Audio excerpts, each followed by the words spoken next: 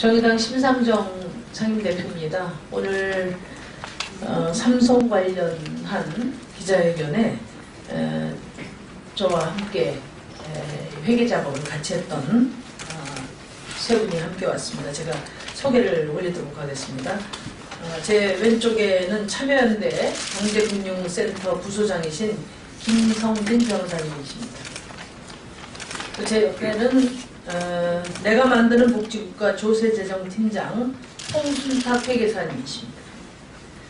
그 옆에는 우리 참여연대 집행위원장이신 김경률 회계사십니다.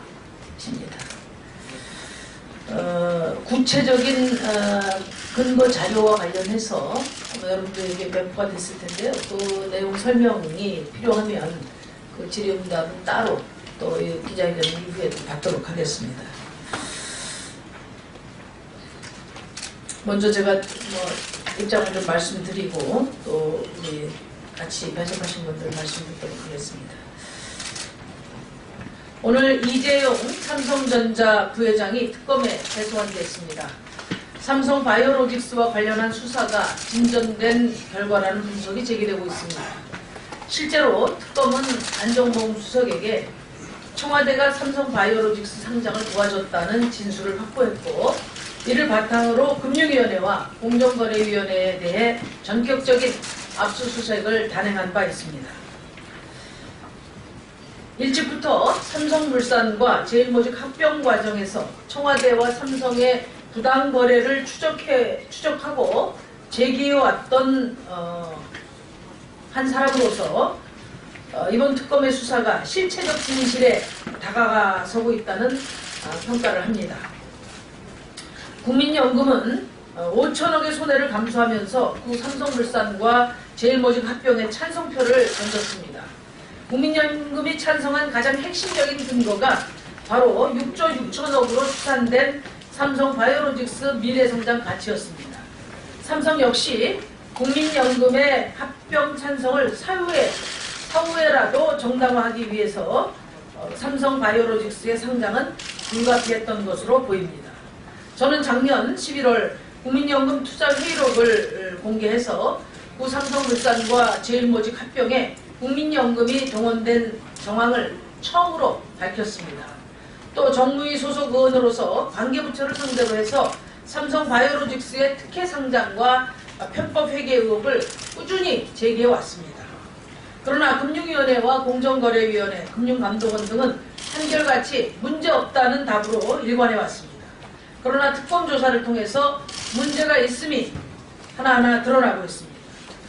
그래서 저는 오늘 참여연대와 내가 만드는 복지국가의 우리 변호사 회계사님들과 함께 삼성바이오로직스의 가치평가와 상장 과정이 특혜와 부정으로 얼룩진 것이라는 구체적인 실증적 근거를 제시하고자 이 자리에 선 겁니다. 첫째, 편법 회계입니다. 바이오로직스가 지분 91.2%를 보유하는 자회사 삼성바이오에피스에 대한 지배력을 상실했다고 보고 삼성바이오에피스에 대한 기업 가치를 재평가합니다. 이를 통해서 삼성바이오로직스는 누적 결손금 5천억인 자본 잠식 기업에서 이익 잉여금이 1조 6천억 원의 우량회사로 탈바꿈할 수 있었습니다. 둘째, 특혜 상장입니다. 금융위원회는 수년간 적재했던 삼성바이오로직스를 위해서 2015년 11월 코스피 상장 요건까지 변경했습니다. 이 상장 규정 변경으로 혜택을 본 기업은 삼성바이오로직스가 유일합니다. 이로써 삼성바이오로직스는 상장일 종가 기준 시가 총액 9조 5천억 원, 시가 총액 순위 상위 30위 기업이 되었습니다. 5년 연속 적자였던 자기자본 6,400억 원이었던 기업이 편법 회계와 정부 당국의 특혜와 묵인으로 자산 규모 2조 8천억, 시총 규모로는 10조 원에 달하는 거대 기업이 된 것입니다. 정부 당국이 증권거래소에 10조짜리의 폭탄이 돌아다니도록 방치한 것이나 다름없다는 점을 지적합니다. 삼성은 박근혜 게이트의 공범이 아니라 주범입니다. 삼성이 지나가면 법과 제도가 바뀝니다. 삼성이 지나간 자리에 특혜와 부정부패의 악취로 가득합니다. 삼성은 정경유착의 몸통이자 가장 강력한 기득권입니다. 저는 대선 출마 선언을 통해 대한민국의 근본적인 변화는 가장 강력한 기득권 타파에서 시작될 수 있다고 말씀드린 바 있습니다. 삼성바이오로직스의 특혜 상장과 편법 회계 의혹에 대해 특검의 철저한 수사를 강력히 요구합니다. 이재용 부회장에 대한 법의 정의를 바로 세우는 것은 대한민국의 역사를 다시 쓰는 일입니다. 특검과 법원은 이재용 부회장을 반드시 구속해서 대한민국 정의가 살아있음을 보여주어야 할 것입니다. 그리고 금감원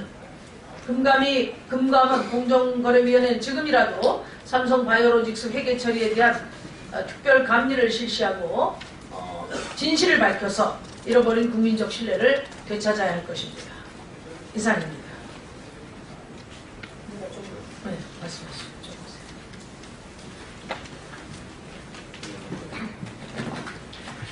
예, 참여연대 경제금융센터 소장 대행 맡고 있는 김성진 변호사입니다. 제가 말씀드릴 것은 이재용 삼성전자 부회장이 특검에 재소환됐습니다. 그 관련해서 오늘의 기자회견의 의미와 관련해서 말씀드리도록 하겠습니다. 오늘 이재용 부회장이 특검에 재소환됐습니다. 아마 지금 얘기로는 안종범 전 경제수석으로부터 확보한 39건의 수첩의 내용을 근거로 해서 새로운 수사가 진행되고 있는 것으로 알려지고 있습니다. 그 중에서는 삼성 SDI가 보유한 삼성물산의 주식을 처분해야 되는 문제, 1,000만 주를 처분하라고 공정거래위원회가 입장을 정했다가 청와대 압력으로 500만 주로 줄인 그 압력의 경위, 그리고 삼성이 거기서 어떤 역할을 했는지가 수사의 초점처럼 얘기가 되고 있습니다. 하지만 그것만이 아니라는 것이 오늘 이 자리의 기자회견의 취지입니다. 삼성은 바이오로직스에 대한 분식 회계를 통해서 제일모직의 지분 가치를 높였다는 정황이 드러나고 있습니다. 그리고 바이오로직스의 지분 가치를 높이고 그러한 바이오로직스의 상장을 돕기 위해서 상장 규정까지도 고쳤다는 것이 이미 드러난 사실입니다. 이러한 것에 대해서 삼성이 어떠한 또 부정한 청탁을 정권에 했는지 거기에 대한 엄중한 수사가 또한 필요한 시점이라고 하겠습니다. 이러한 것들을 모두 고려했을 때 새로운 영장 청구는 너무나도 당연합니다. 왜냐하면 3주 전에 영장 기각 자체가 정상적인 재판이라고 보기 어려웠기 때문입니다. 많이 알려지진 않았지만은 그 영장 기각의 사유로 들고 있는 것 중에 하나가 피의자의 주거 및 생활환경 고려라는 사유가 있었습니다. 어떤 피의자에도 들어가지 않는 영장 기각의 사유라고 할 수 있습니다. 피의자 이재용의 주거 및 생활환경을 고려해서 영장을 기각한 잘못된 결정이라고 비판할 수 있습니다. 물론 사법부의 판단은 존중되어야 합니다. 결정을 뒤집자는 것은 아닙니다. 하지만 잘못된 판단이라면 국민들은 능히 비판할 수 있어야 합니다. 그리고 특검도 법원의 그 구속영장 기각 결정이 잘못되었다고 생각한다면 당연히 구속영장을 재청구해야 됩니다. 3주가 지났습니다. 3주 동안 새롭게 수사하고 새롭게 밝혀진 증거만 가지고도 이재용에 대한 구속 사유는 차고 넘친다고 할 수 있습니다. 이제 이재용에 대한 소환 조사를 마무리하고 서둘러 구속영장을 재청구해야 할 것입니다. 법원도 이 구속영장에 대해서 엄중한 사명감을 느껴야 할 것입니다. 구속 사유는 범죄의 중대성과 피의자의 증거인멸의 우려, 거기에 대해서 판단하면 족합니다. 그 구속 사유 이외에 다른 요건을 가지고 피의자를 봐주기식으로 구속영장 기각 결정을 해서는 안 됩니다. 앞으로 법 앞에 예외, 삼성은 언제나 예외다, 이런 얘기가 국민들에게 회자되지 않도록 법 앞에 평등, 엄격한 법치주의, 그런 것들이 확립될 수 있도록 법원의 구속영장 발부까지 저는 촉구하는 바입니다. 이상입니다.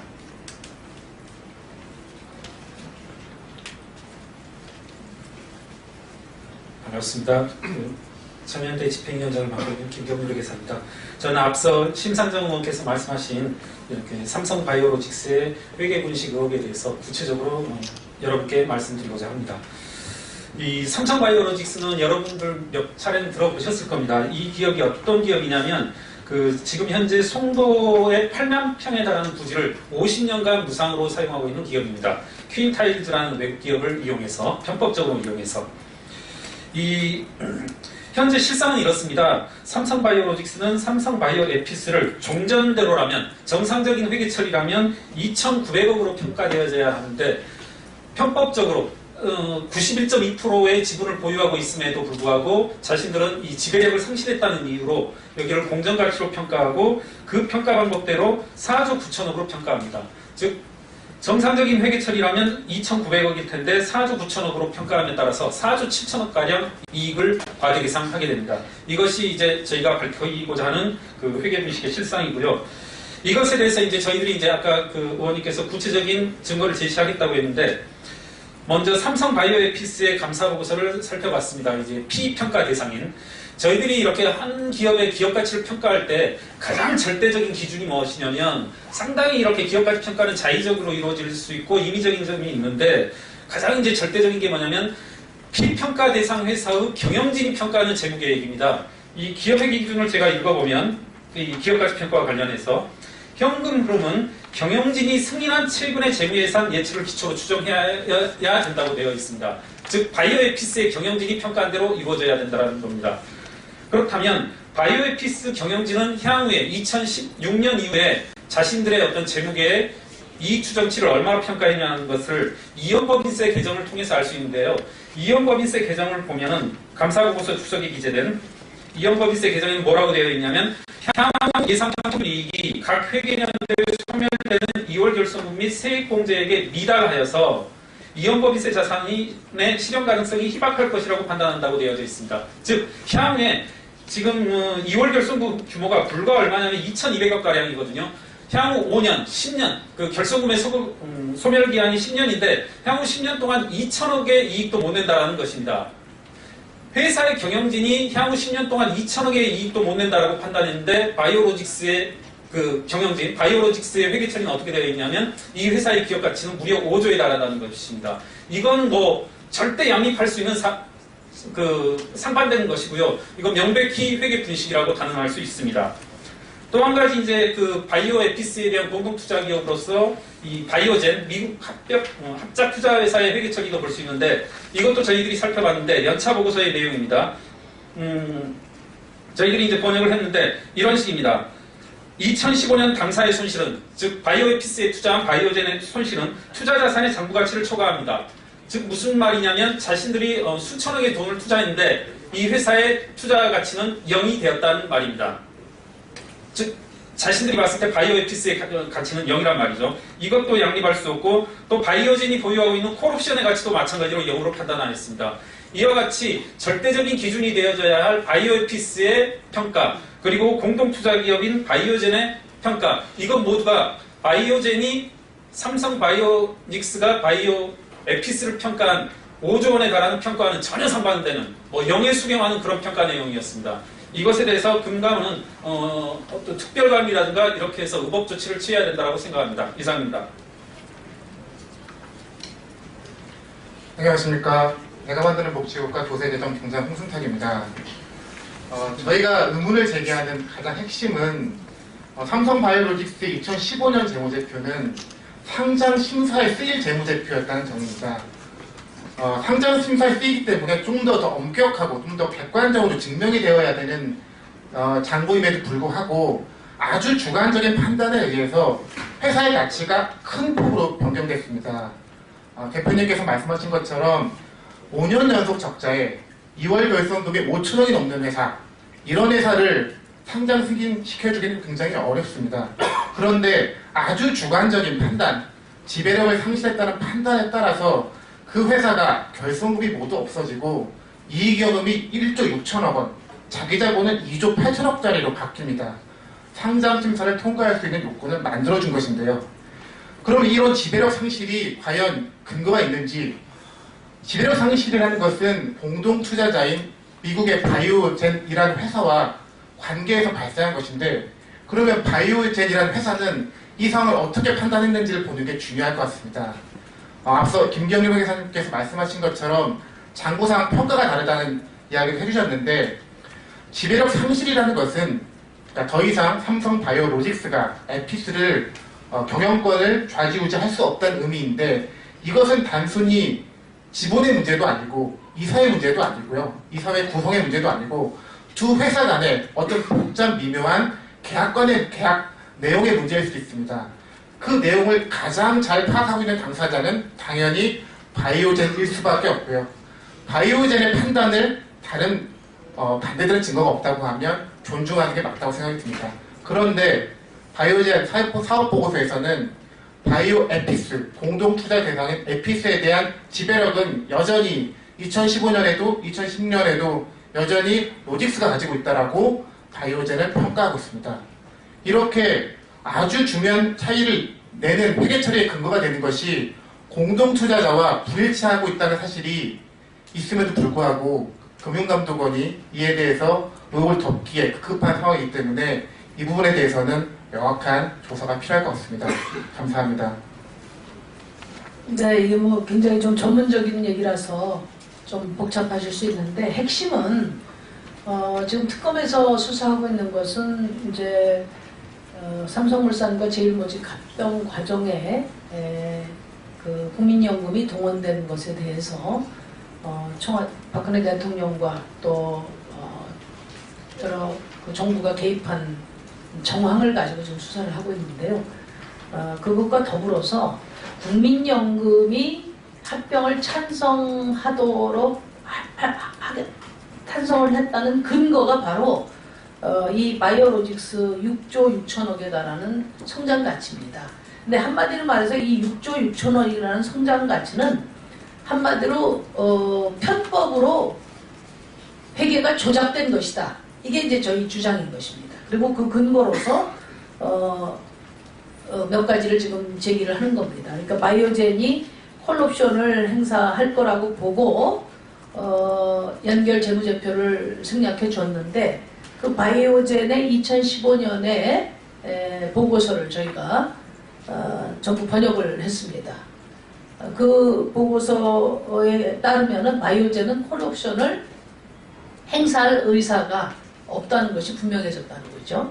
그럼에도 불구하고 그걸 근거로 해서 그 연결 재무제표를 생략하게 봐준 거죠, 공정거래위원회가. 그리고 이제 두 번째는 지금 그 회계 보고서를 놓고 볼 때 지금 4억 9천이죠? 4조 9천이 6조 6천으로 넘어가는 이 과정은 전혀 근거를 정당한 근거를 찾을 수 없다, 이렇게 보는 겁니다. 그래서 그렇게 부실한 기업을 6조 6천억짜리로 성장 기업으로 뻥튀기를 해서, 그래서 국민연금에 팔을 비틀고 그리고 지금 이 과정에 결국 금융위원회나 공정거래위원회나 또 금융감독원이 개입했고 범정부적으로 삼성 지원에 나선 것이다, 이제 이런 것이고요. 제가 상임위원회에서 정무위원회에서 금융위원장을 상대로 물어봤을 때 이 문제를 가지고 박근혜 대통령을 이야기 나눈 적이 있냐, 여러 차례 이야기를 나눴다고 이야기했습니다. 특검에서 이 부분에 대해서 강력한 수사가 진행이 돼야 될 것으로 생각합니다. 감사합니다.